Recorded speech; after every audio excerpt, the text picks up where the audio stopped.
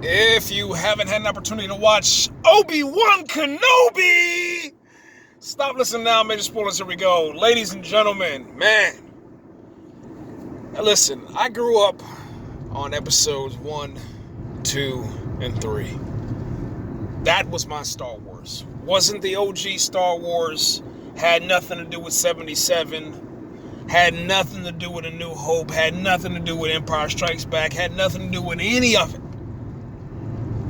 My Star Wars memory, my Star Wars journey began with episode 1, episode 2, and episode 3. That's where it started. That's where it began. And now to see those actors back on the screen, it's amazing, dude. It really is. And it's different this time because, well, obviously, Anakin is no longer Anakin, and the actor, you can't see him anymore. So it's very strange, man. It's strange to see all of it. It really is, man.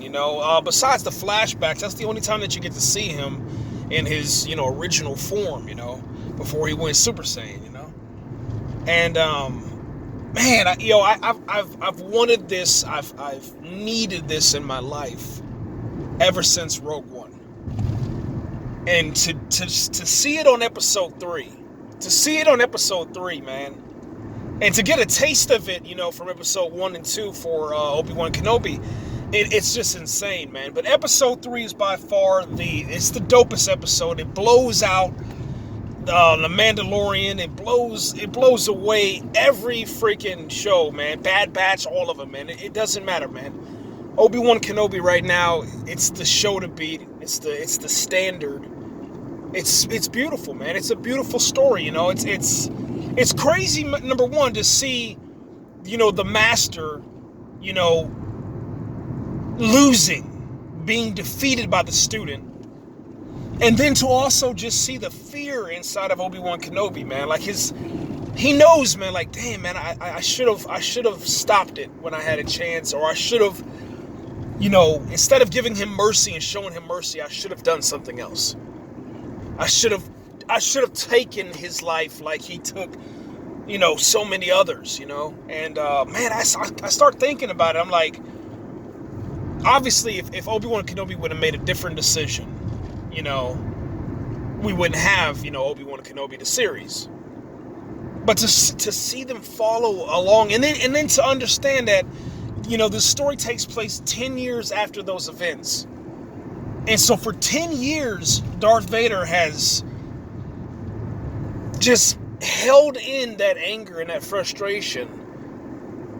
And now he's just unleashing it. Like, it's crazy, man. It's absolutely nuts.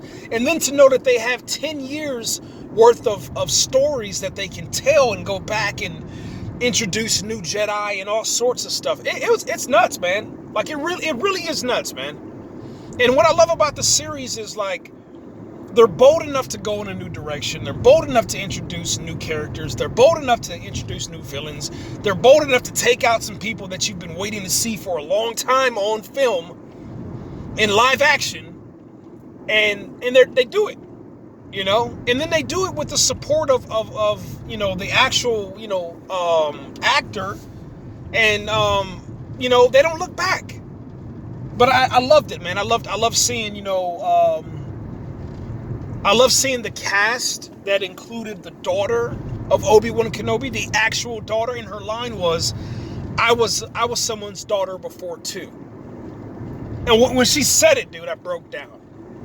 I 100% broke down. She said, the child that you're looking for, which is Princess Leia, Leia, the child that you're looking for, she's not going to leave this place. And if she does, she'll never be the same, And it's just, I don't know, it was just deep, man. Everything about the show was deep.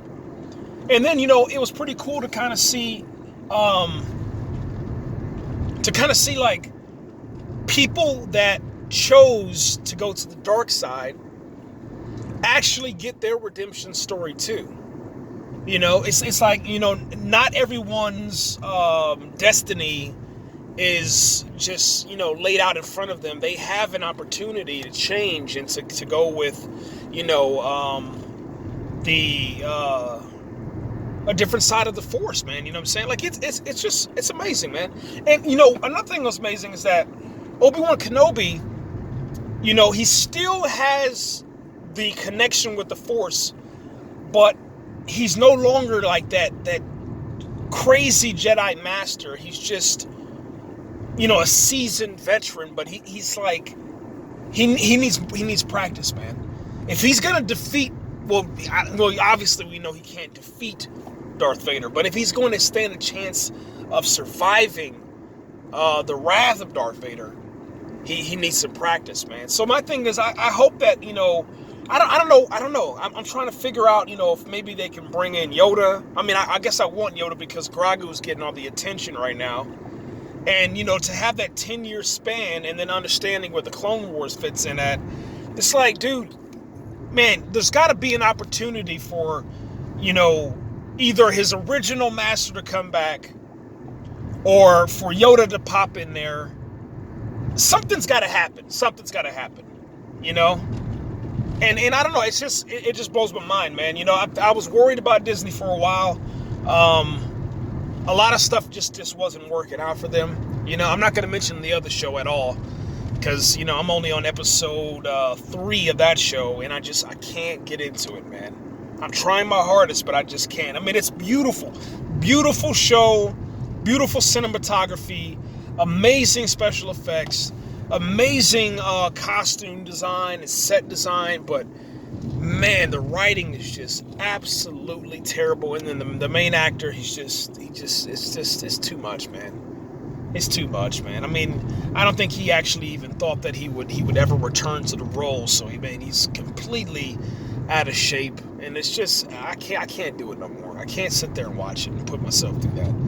It's just, it's not for me, man. But yeah, Disney knows what they're doing. I can appreciate it. I'm looking forward to seeing, like I said, what's going to come next.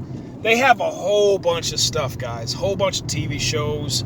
Whole bunch of stuff that I never thought was possible. And then the thing that I'm most excited for after Obi-Wan Kenobi has got to be this Tales of something. I think it's Tales of the Jedi, Tales of Star Wars, or something like that. But I think it's Tales of the Jedi. And it goes through and it actually has individual stories, almost the same way that The Walking Dead is going to be doing here really shortly. So to see them, bring on some new stuff and just be bold in their direction, it's pretty cool, man. And then I think we still have Patty Jenkins. I don't know if hers got canceled, but I think that she's still directing the Starfighter, sort of Star Wars jet fighter, squadron fighter, or something like that. So yeah, there's a lot of stuff to come, man. There's a lot of stuff, but I counted like 4 or 5 new Star Wars shows, and that's not including Bad Batch. That's not including the show that I'm not going to mention. That's not including Mandalorian season 3. It's just, I think Disney's just understanding that, man. Instead of trying to start something new and then just do a whole bunch of nostalgia, it's tap into those actors and actresses that are still alive. Allow them to entertain us, man. That's all we ask for. We'll be happy. And that's it, guys. I'm out of here. Take it easy. If you watched Obi-Wan Kenobi episodes 1 through 3, come on, man. Talk about it. Put it in the comments. Let's hear it. Let's go nuts, man. This is a once in a lifetime thing. And I'm just glad to be alive, man, to experience it, man. It's a beautiful, beautiful thing. And yeah, I'm ready for it, man. I'm ready for it.